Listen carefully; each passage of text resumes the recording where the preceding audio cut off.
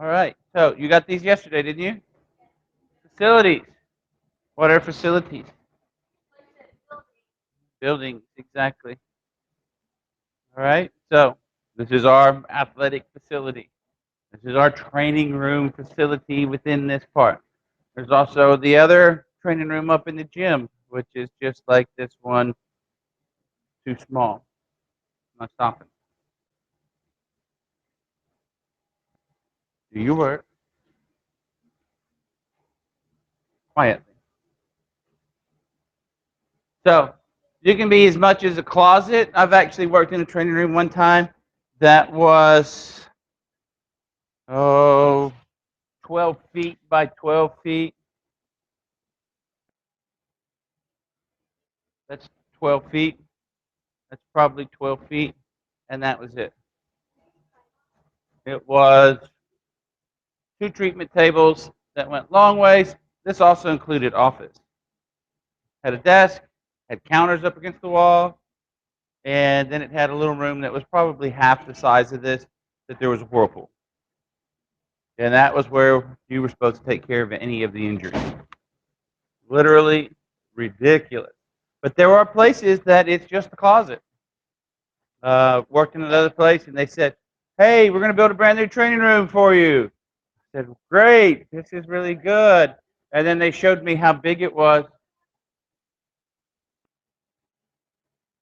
They showed me how big it was, and I said, gave them the example. I said, that's sort of like getting a brand new truck and buying and building a brand new garage for your truck.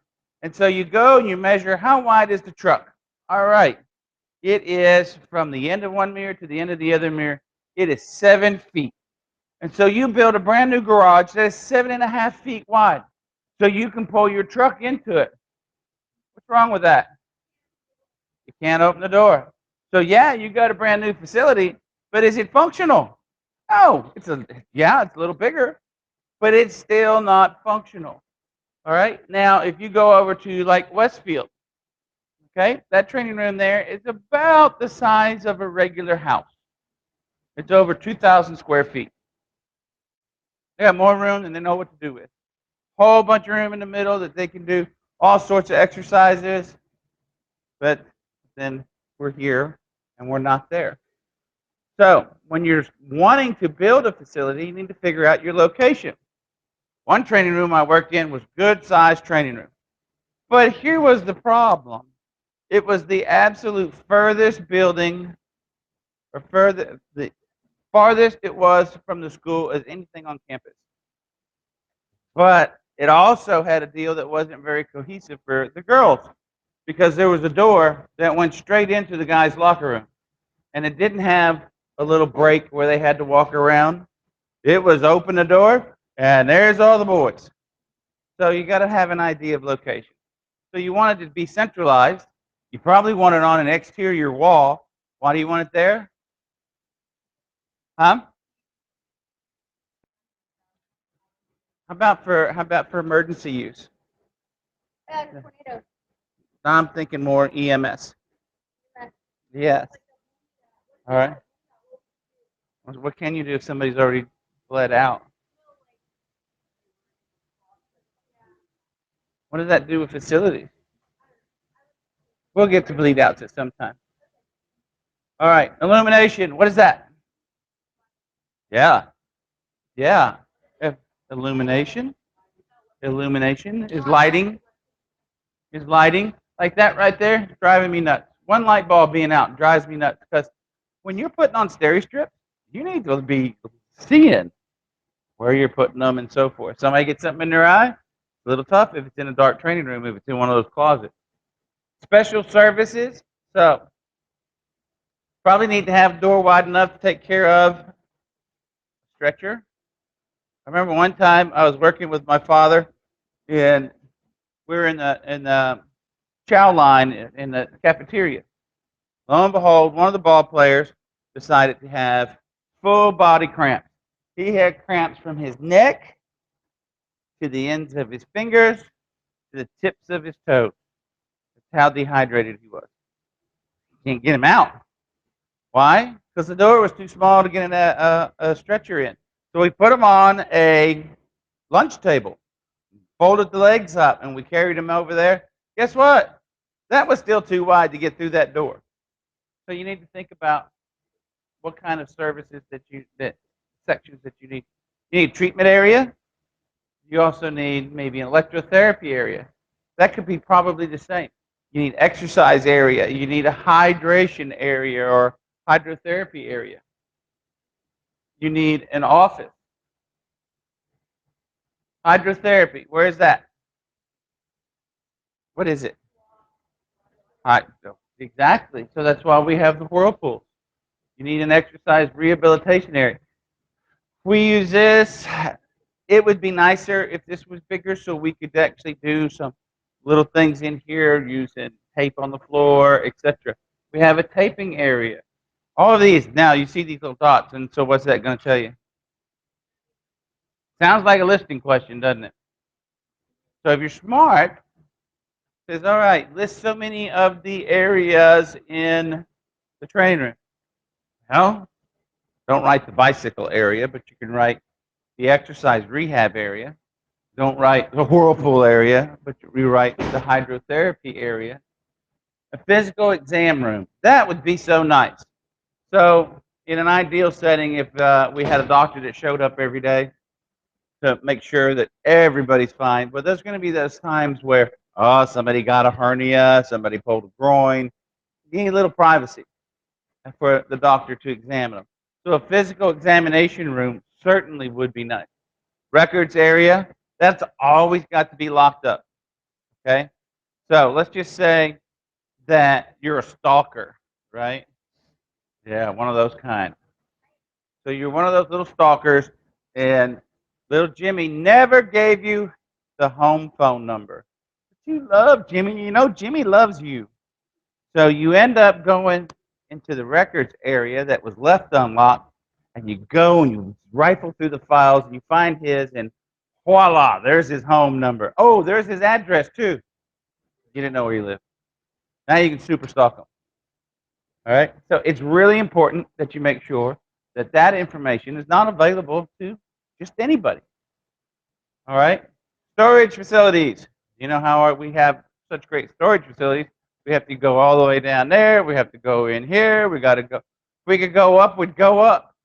But you need to have storage. And you need an office. Office needs to be to where you can close the door, you have quiet conversation with your physician, or with the parent, with an administrator, etc. So those are all those things that you think of when you're doing a training room.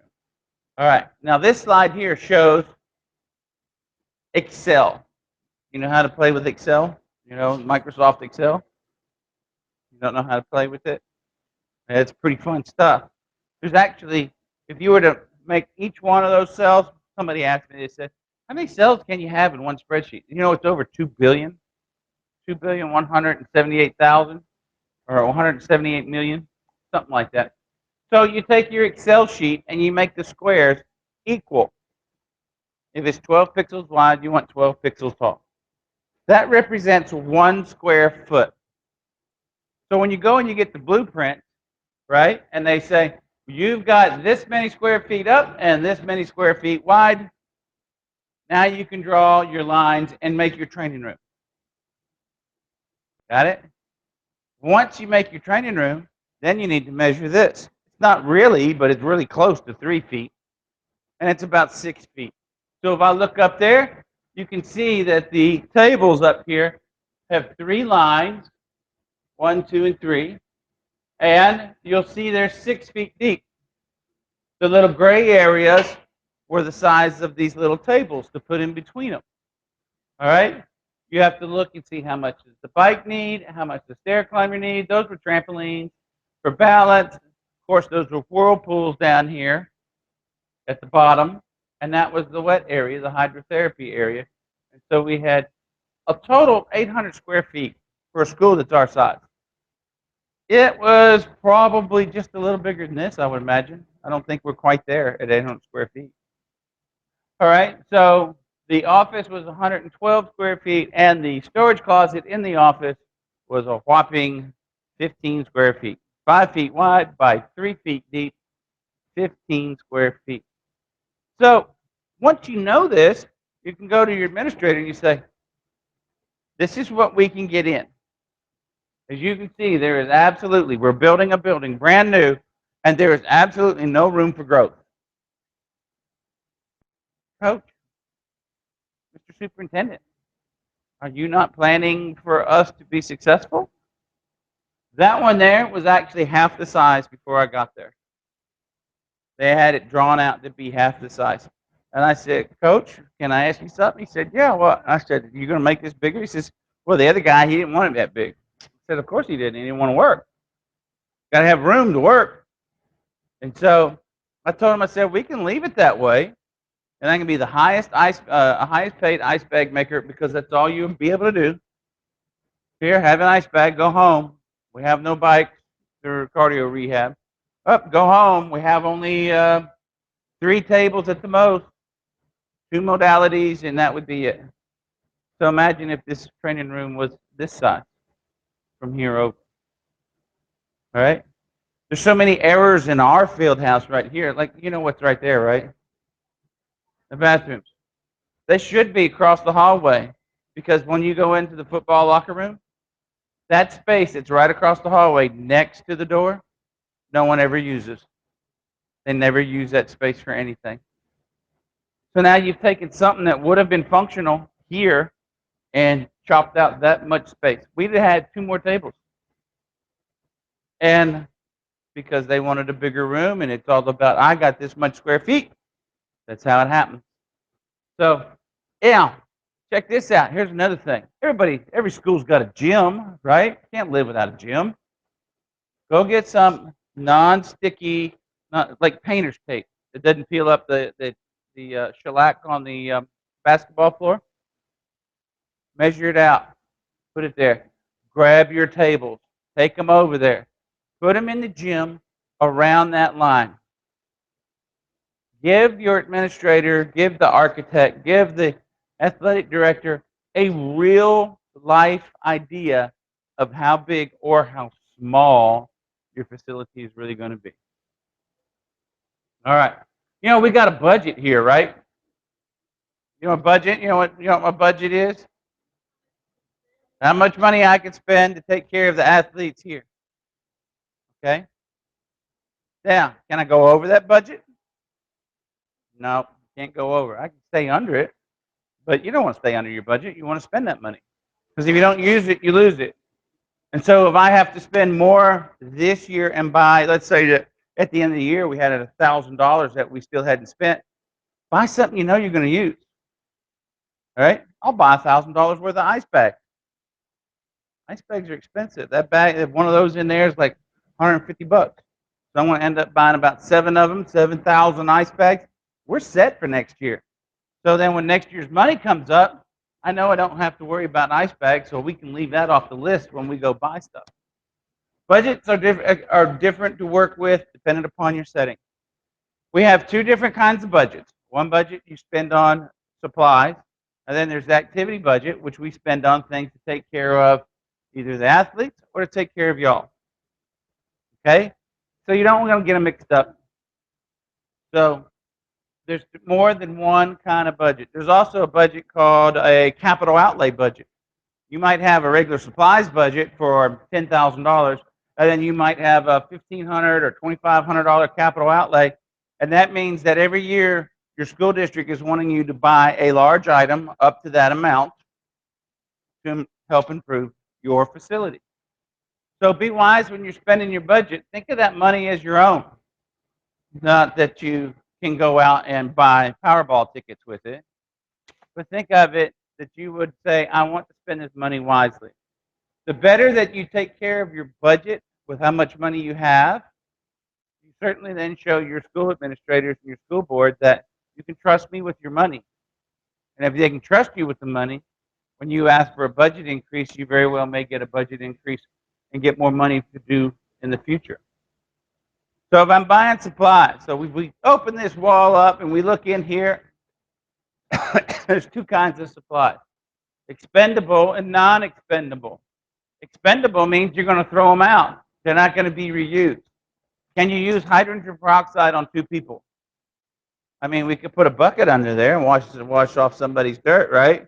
And then rebottle it, and then do it again, and that would be awful, right? So every time I spend 60 cents on a pint of hydrogen peroxide, I know that that is going to be something that we use one time and it's done. Same with tape, okay? Band-Aids, you don't want to use Band-Aids. I mean, if you used a Band-Aid, did you want to use it then? Yeah, you can't do that. So those are your expendables. As you see, there's expendables all throughout this place. See all those Band-Aids, the Neosporin, the hydrocortisone cream, the whatever, the cups. Then there's non-expendable. So we go, whether it's in your regular budget or it's in your activity fund, your capital outlay, is this a one-time use deal here? Absolutely not. All right? Scissors, compression wraps, neoprene sleeves, something that you can take off of somebody and put it on somebody else. All right? So those things are non-expendable. You also have equipment, and equipment refers to items in the training room that's going to be there for a number of years. As much as these old tables squeak, they've been here since the doors were open. So they've been here 10 or 12 years. They're equipment. Ice machines, treatment tables, crutches are equipment. All right? There's fixed equipment, and that stuff, you can move it, but you don't move it every day. All right? So what's a table? Is it fixed or is it non-fixed? Because non-fixed are supplies that are moved around or so forth in the training room, but they should be used for several years. Think of it. How about our trunk? You know, the big maroon trunk? Is that fixed or non-fixed? Non-fixed. You got wheels on it. Okay? So you'll need to know ideas of what's a fixed deal. This is fixed. What about this? It's even got wheels on it. But it's not a thing that you really need to move in order to use, right? So that'd be fixed. Hydroculator. That could be either way. It's got wheels on it, but I would say it's a fixed unit, even though at any time it's non-fixed, right? So back to your budget.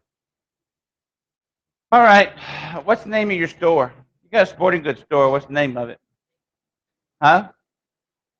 You got a store. This is all play. This is imagination. What's the name of your store? She calls it, I don't know, sporting goods. Okay? He's got a store. What's the name of your store?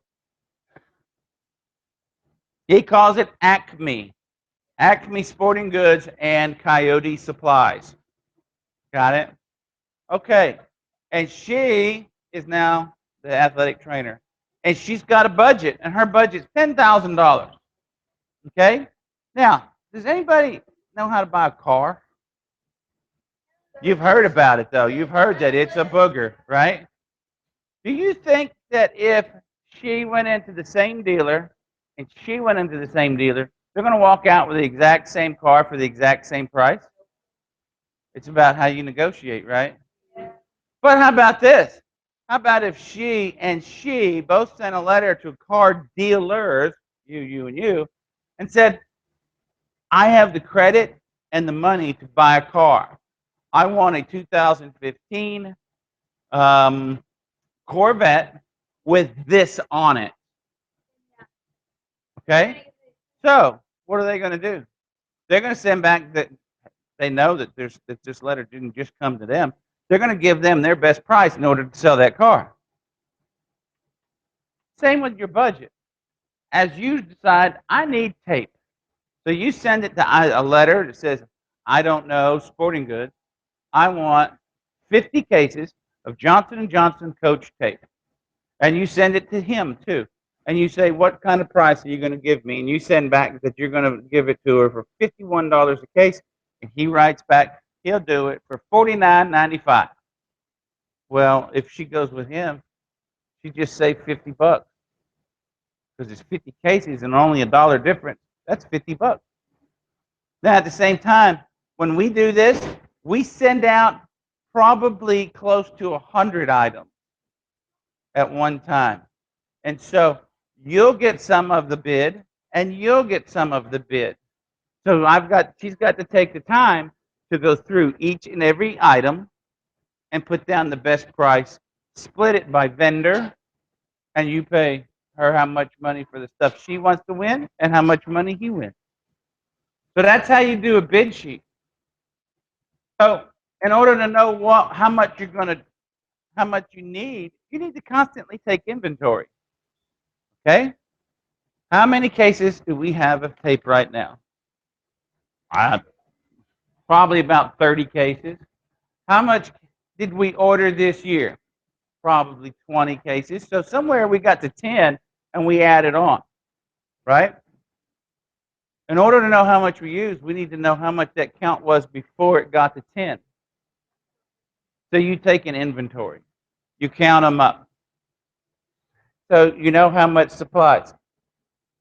Once you figure out how much you use during a year, you got an idea how much you need to order.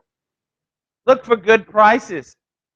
One time I ordered some bikes and somebody screwed up and they transposed the numbers instead of, and it was like less than it cost for them to get the bike. I said, Coach, find some money. He says, why? I said, this is less than you'll ever find it. They're supposed to run about $1,000 and somebody screwed up and left the one off and it was only $600. I said, we need to buy like 6 of them. Find the money. Well, yeah, they go, sorry, but we can't do that. But I got them at cost. So find a good price. All right? Make sure that they know. I'll give you guys a bid sheet tomorrow and show you exactly how it looks like. All right. So when you're purchasing something, one can purchase a single item or emergency items from a single supplier. So let's just say that I don't know Sporting Goods actually has 7-foot tall crutches. And this person's hurt now. You don't want to wait to send out bids and then come back. The price is probably going to be comparable enough to where you say, yes, I need to get this. All right? But if you're doing it during the fall and you're just anticipating to put it to storage, you're better off to bid. But you can certainly buy single items from a single supplier. These machines, that one right there, $2,300. This one right here, $2,000. There's another $2,000. That's about $15,000. That's about $15,000. That's about $15,000. How much am I up to? That bike is $1,000. That's $1,000. That's $1,000. That ice machine is about $4,000 to $5,000. That right there, $1,800. How much money am I up to? In this room alone is going to be close to $70,000 to $80,000. That's a lot of money. You could buy a small house. You could buy a condo for that. So we got to take care of this stuff. Well, let's just say that we don't have all this money. What we can do is lease it, just like a car. They talk about lease your car. It saves you money. That saves you money per se, but at the same time, keeps your payment down. If I lease it, I don't pay for except for the time we have it. So that's a thought. You can lease it. The disadvantage of a lease is that they can recall it back. It's not yours. You've only borrowed the money. You've given somebody money for only using it. So what else comes out of our money? What about office costs? Yes. If I want a little pointer, it's $43. Okay? If contracts with your physician, absolutely. Do you think, now, that might be coming into you if you're a good negotiator. It used to be that in this school district, they paid physicians to come and do their physicals. Now it's the other way around. All right? Your professional dues. Remember we talked about you had to pay $250? That can come out of your budget too. It depends upon the school district. If your school board says yes, then giddy up and go. It just saved you $250 out of your own pocket. Remember our CEUs? Yes. That can come out of your budget. Your athletic training clothes, your athletic training clothes comes out of a budget. So all of those things come out of somewhere. So you got to do some record keeping. It needs to be accurate. You need to know about a kid's medical history. You got to hold on to your physicals. You need their insurance information, their emergency information, and the big thing is, do they have allergies? They got allergies. You better know that. You get somebody aspirin who's allergic to aspirin, you're in trouble. So know where you keep good records and have them locked in, but yet available. Have thorough physicals, not just a cattle roundup. When I was a kid in high school, this is how it happened. We had this great big doctor who weighed about 400 pounds. He sat in a chair, all slouched over, and he'd line like 6 of us up in the nurse's office. And he'd say, I point, we're all just standing there in our underwear. He goes, I point to you, cough.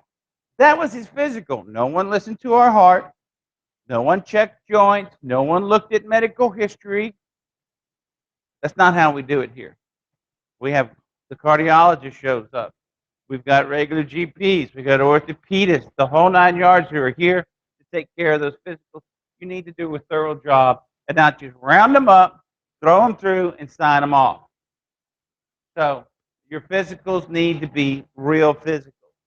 Perform a pre-physical exam for potential problems, and it also expedites your process when you do physical. So this spring, we're going to have these dudes come in. We're going to do vision. We're going to do blood pressure. We're going to do height and weight. They don't have to do that then when they go through. And we're also going to interview those that we know who have had injuries. Okay? Are you? Have you been cleared yet? No, you haven't. When you get to the doctor, they're going to have a stamp on it. They need to see the orthopedist. Somebody comes through, they got high blood pressure. They need to see the doctor and talk about it. Somebody comes through, they got bad vision. They need, because you'll fail for vision. You can't see a ball coming at you, right? You're not going to be very good. So, do pre-physicals. All right? Make sure you cover the entire body. Don't just go, okay, how's your eyes, ears, nose, throat? Cover it all.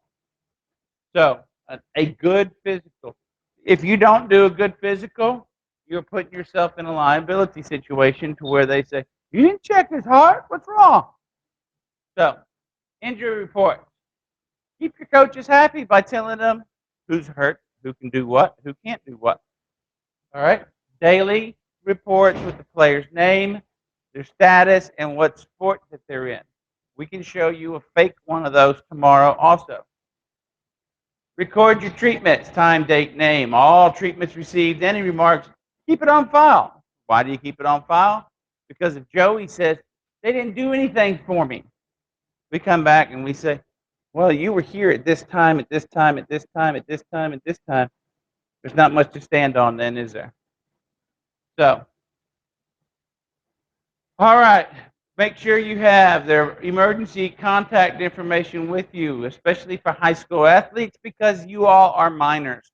And we need to have the parent signature saying that you can be treated by a doctor. Also, it gives the insurance information, which is not even near as important as the emergency contact information. So you can call mom or dad. If you can't get a hold of them, you need to know, who am I supposed to call as far as if there's an emergency. All right? You has a waiver on there signed for medical treatment, and it's imperative that you find out that you have the parent signature on it. Me and Miss Bates, we try very hard not to let anybody even participate in athletics that does not have their injury. When you get done, you're going to write what's called a SOAP note. So you come in, you got hurt, right? We're going to evaluate you. Students, just a quick announcement and reminder, there will be a girls track meeting after school today.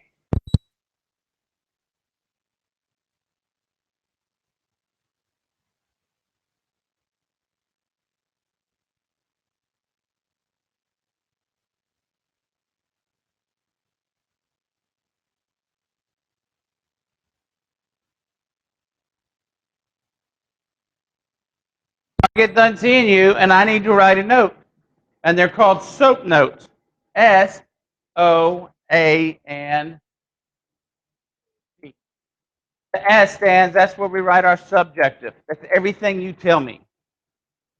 Athletes stated that they hurt their arm while performing gymnastics in Abilene and said heard a pop, felt a pop.